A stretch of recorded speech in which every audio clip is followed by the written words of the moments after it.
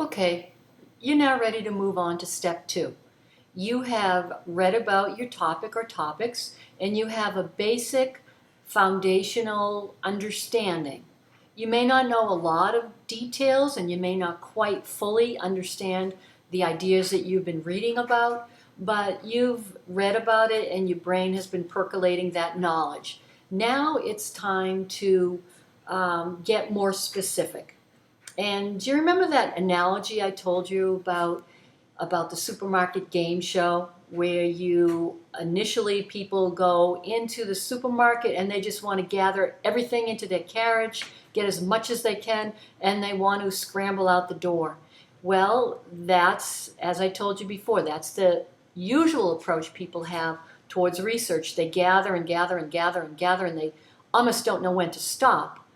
And so this is the point in the research assignment where you are going to get specific. You're going to narrow down those ideas into very specific questions.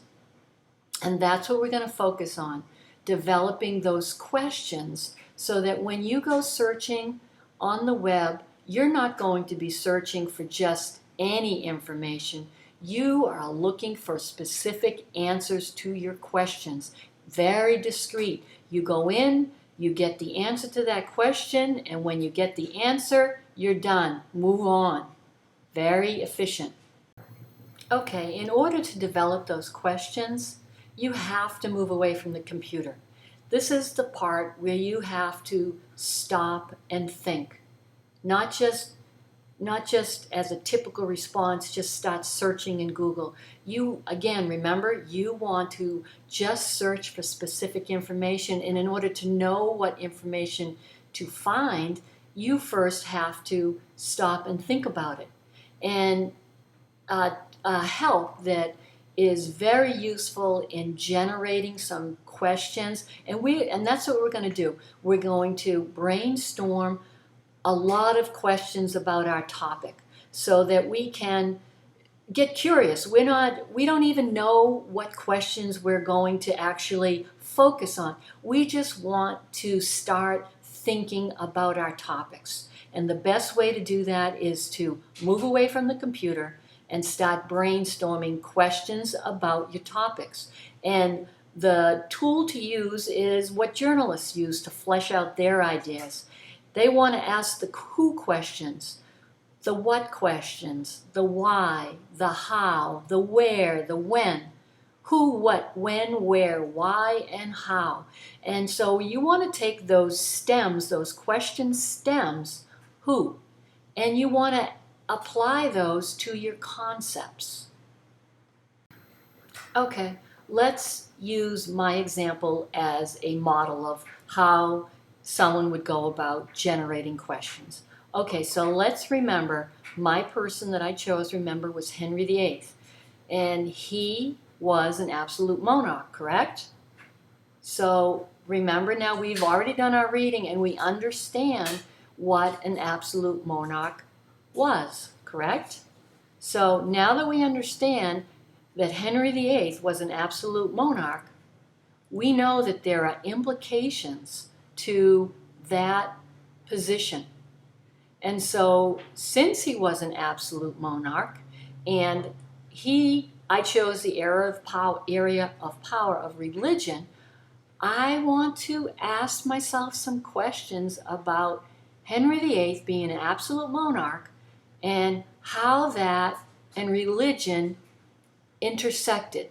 So that's what I want to start asking questions about.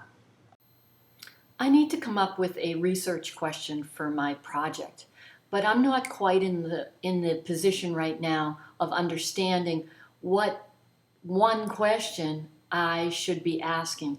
So if I'm in that position, the best thing to do is to brainstorm a lot of questions and look for those answers, very discrete answers, and that will give me the understanding I need for that block of information. So in order to do that, I want to understand how my absolute monarch manifested his power using religion. And in order to do that, I need to ask some questions. So I brainstormed some questions for myself because I don't really know what one question I want to focus on. So I asked myself, what role did religion play in Henry VIII's life? I needed to know, what did Henry believe about religion? I needed to find out, what restrictions did religion place upon Henry? And what were the consequences if Henry broke any of those religious rules? I also wanted to find out who benefited from being in making those religious rules. And I also wanted to ask, what did Henry change about religion? How did he make those changes? And why did he want to make those changes in the first place? So those are the questions, those are my big questions, but they're specific, that I need to ask before I settle on one question.